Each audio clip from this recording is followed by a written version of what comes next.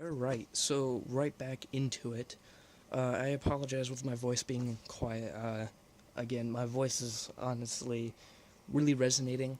It's just this microphone sucks, and I lost my headphones. I really do apologize about it. I really feel bad about it, guys. So bear with me until I can, you know, get the stuff. Um, but otherwise, that being said, I'm gonna jump right into it. I'm gonna show you guys as exact as I possibly can. So this might be a little bit of a longer video.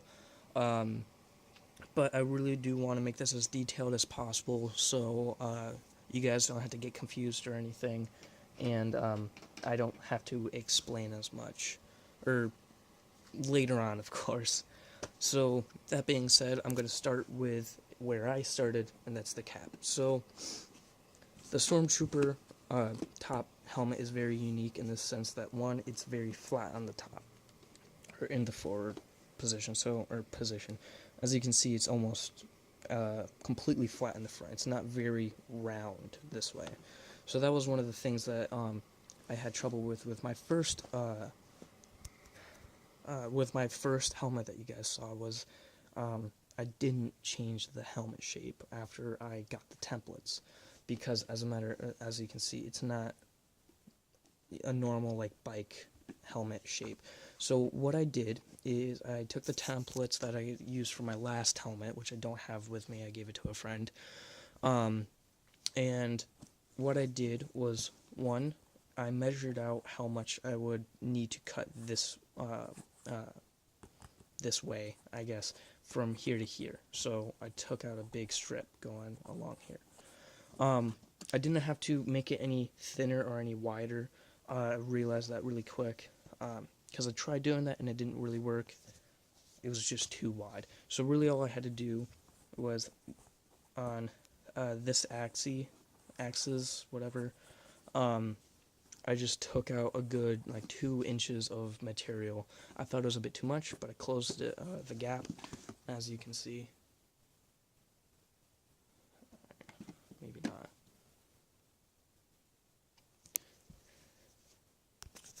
I got the overall circumference about the same. So the next thing that I did with that specifically was to try and fix the issue that I had with my last helmet, where it was all kind of pulled looking and it wasn't as flat. I took this, I kind of heated it up a little bit and kind of pressed it in to give it a little bit more, to make it a little bit more flat, so then it could accommodate all these extra pieces on here correctly. Now again, this is also supposed to originally it was supposed to be a normal, a New Hope version. Now most of you probably won't understand the differences, but there is a difference between the Return of the Jedi helmets of the recasts and the New Hope. So this is also slightly off, but again, just getting back to the point. So yeah, I pushed that in, and then from there I attached the eyepiece thing. So what I did is from the corner to corner, as you can see on here, there's almost a little bit of corner. Now they're more rounded, it's a little bit harder to spot, but it was more of just a corner to corner thing. And obviously, I hope it's obvious, I did not take templates directly off of this. I didn't like put the whole foil thing over this and then take it off and completely redo it. I made this a little while before my friend got this. I did use this as a reference for size and proportions, but otherwise I didn't just straight up take the templates off of it. Otherwise it'd be perfect. But yeah, so I did try and find the corners of where this was. Now with these seams, it was a little bit easier, so the eyes went a little bit past those seams on here. And then I tried to cut out the same basic shape. Now, I also tried to add that little sty in the right eye that I had. It's not as apparent, but it's still kind of there. You don't have to do that, it's just an extra little thing to put in there. Now, the way that I put that in is... Alright, got a flashlight. So, as you can see, right there in the middle, it's a little bit hard to tell, but basically what I did is I took pieces of cardboard and glued it, the two pieces together flush from the inside. There it is. So that's how I did that, is right there. It's basically just from the inside out. So I got this piece to sit flush on the inside, and then get a piece of cardboard and stick it like that. And that's how the rest of these pieces are stuck together. If you're ever wondering, I got tabs, and I hooked them underneath and just glued them together like that. And it's very structurally sound. It has some flex to it, and then after everything was put together, it just made a good structure. Alright, so after I got the eyepiece done, I went to work on this nose bridge area. This is a very tricky piece to do. Now, again, most of you are probably going to get templates. The reason... I'm not going to turn it into that video. Templates are never going to be as accurate as possible for reasons of the fact that they can't distribute it with a license kind of thing. And you just can never get too perfect, obviously. That aside, what I did is what you have to do is, if you're doing this freehand like I do, you have to account for this kind of double S curve. So you have one curve going that way. So if you had a flat piece, the curve is pointing towards you. So it's curving it's curving towards you, and then it curves away, and then it curves back towards you again. But the axis changes. Instead of curving, parallel with this curve, it curves at an angle.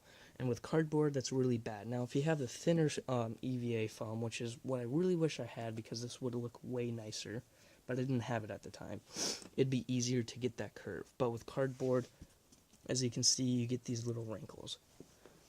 The main point of this is that you need to make sure that whenever you draw out the initial shape, that you account for those curves, because if you just draw it out straight like this, whenever you do slope it, it's not going to get the correct slope. So you do need to account for that. Now, what I did is I just made a drawing flat that just went straight down, kind of like the frown. And then I curved it, I put it up against the helmet, and it was a piece of paper whenever I did this. I tried curving it around the eyes and everything. And that's another thing that you have to account for, is this little extra piece that connects from the eye to this piece.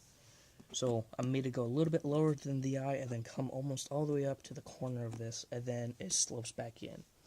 So after I did that, I did a rough drawing, so I kind of held it with the back of my hand, took a pencil, and just kind of went from there. And then I transferred that to a piece of cardboard, flipped it right over the same axis, and then transferred it again. And then I put it in the right spot. Once I was happy with it, I glued it right here and right here to kind of keep it in place. Now, on the normal helmet, it kind of has this ridge. Mine was a bit too small at the time to actually get anything back there. If you can get something back there, perfect. I'm not too worried about it, because to me, it's not that big of an issue, but you can definitely do that. Also, real quick, if you are doing the Return of the Jedi, do not cut out the teeth like this. Or if you do cut out the teeth, make them recessed. If you're doing the New Hope version, cut out the individual pieces of teeth. Because what I did next was, of course, after I glued it on right here, I guess near the tear ducts, I glued it onto this little piece of cardboard. So what I did is I stuck it up right next to the eyepiece, glued it down, cut it out right here. So I took scissors and cut it flush, and then glued it down. Of course, you can always make this a little bit more seamless if you wanted to. I would have, but again, I just ran out of time. I did not move on to this yet. I still kept going straight down. So after I glued that down, I went to the teeth. Now, what I did with the teeth was, I kind of drew this on paper again. I just took the piece of paper, followed the curve, kind of taped it from the back, and then I drew out what the chin piece would have kind of looked like. Now, all I did was go follow this slant down, and then make this little kind of S3 thing. And then what I did is I took the cut from here to here, and then I just drew a line. So then I recessed this cutout of that line, and then I glued it from the back. And then I did not cut out the teeth individually. I just painted the entire thing black because in the Return of the Jedi version, it's black. If you're doing the A New Hope style, you want to paint the individual pieces of teeth gray, and also kind of stop right around here and leave the rest of it white.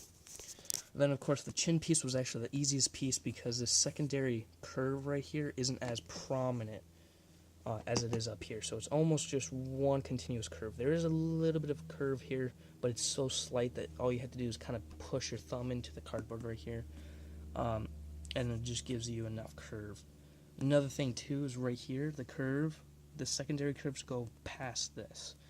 Now, you could do it like that, but the problem is now you have to try and make it slope with this piece. Now, the way that I'm making it, this is a whole extra piece.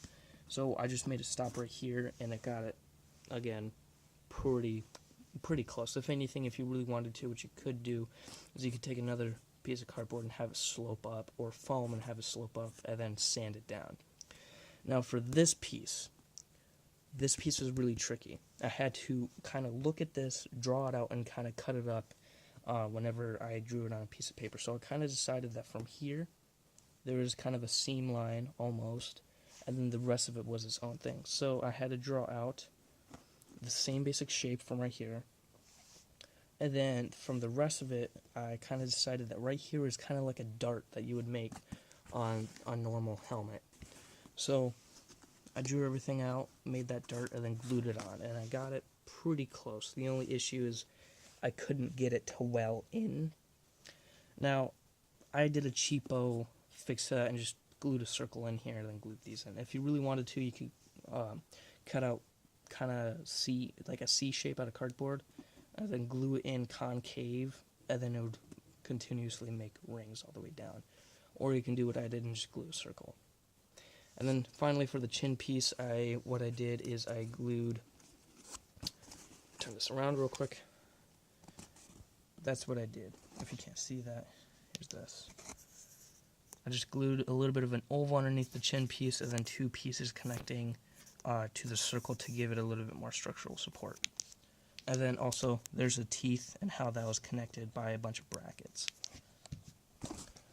Alright, so that's how that was made. And then the actual vocoder, I used some of that thinner EVA foam afterwards and kind of scored it. It's really hard to see, so I'll do this. I kind of scored it a little bit. I didn't score it enough to where it gave the same appearance as that, but just enough to where you can kind of see it. Alright, so that's the entire face. I'm going to upload this as kind of a part 1. But yeah. Oh, another thing real quick. For the brow trim, all I did is I took the thinner EVA, cut it in half all the way down of a strip, and then put it flush, only because it's the Return of the Jedi version. If you're doing a stunt style trooper, have the strip a little bit higher than the actual eyes, of course, just a little bit. Or if you're doing the hero version of the A New Hope, have it set down lower. Try and get bubbled lenses if you can, and also the frown needs to stop lower. So right about here, there's only there's like 3 teeth. So right here-ish, I'd say more like right here, anywhere between here and here.